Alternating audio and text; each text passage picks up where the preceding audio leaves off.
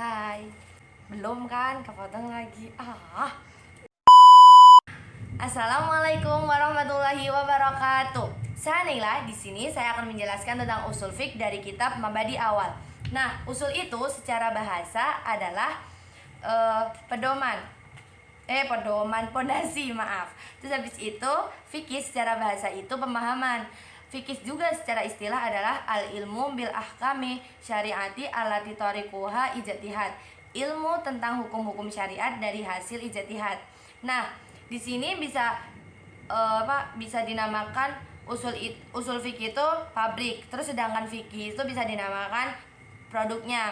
Nah, yang namanya pabrik itu pasti membutuhkan bahan baku. Nah, bahan bakunya ini kan dari fikih tuh.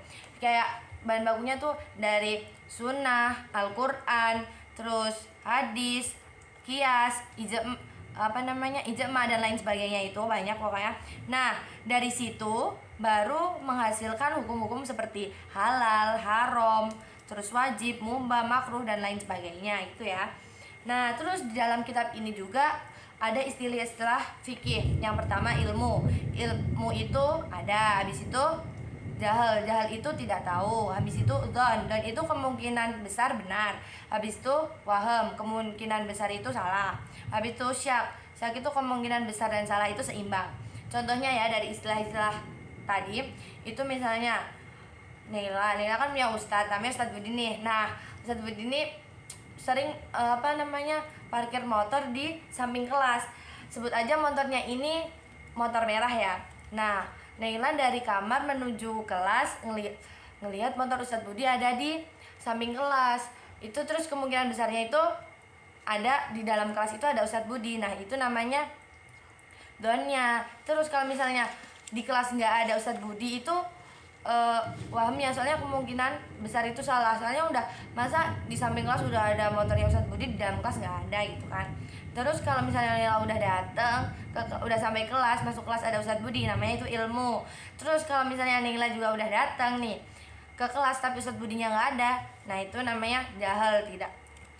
Terus habis itu misalnya Naila dari kamar menuju kelas nggak ngelihat motor Ustadz Budi ini tadi, nah itu kemungkinan benar dan salahnya itu seimbang, nggak tahu di dalam kelas itu ada Ustadz Budi apa enggak gitu. Nah, terus di sini Naila akan menjelaskan al-ahkam, hukum. Nah, di sini ada 9 hukum yang akan Naila jelaskan gitu. Yang pertama wajib. Wajib itu jika dilakukan itu mendapat pahala, jika tidak dilakukan itu berdosa. Contohnya salat fardu 5 waktu itu. Terus habis itu yang kedua madub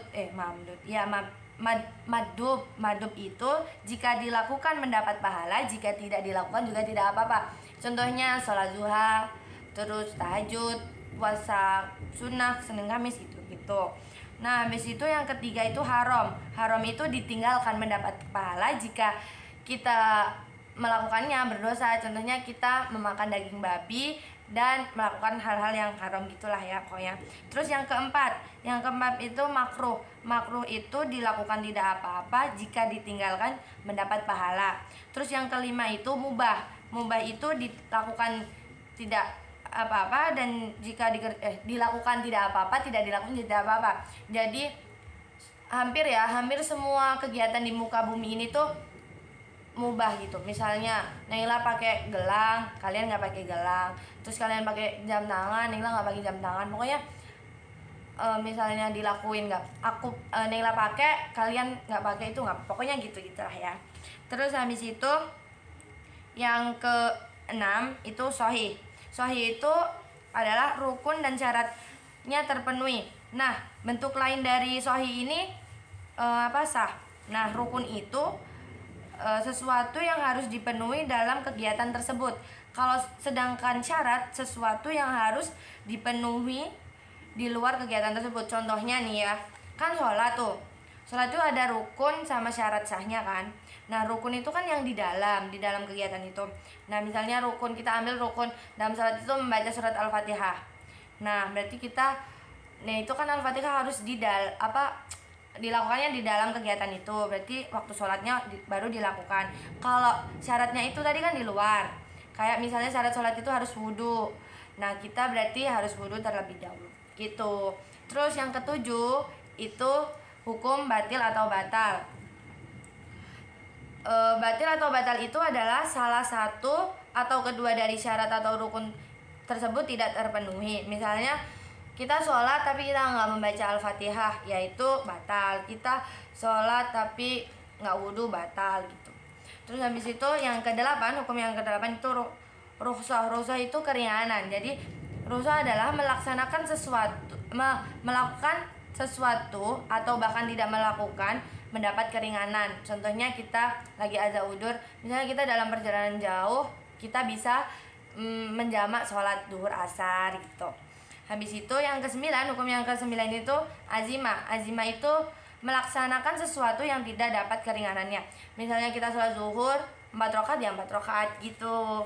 Sekian penjelasan dari Naila, kurang lebihnya mohon maaf. Wassalamualaikum warahmatullahi wabarakatuh. Dadah. Ih, gak kelihatan ya, dadah. Wah.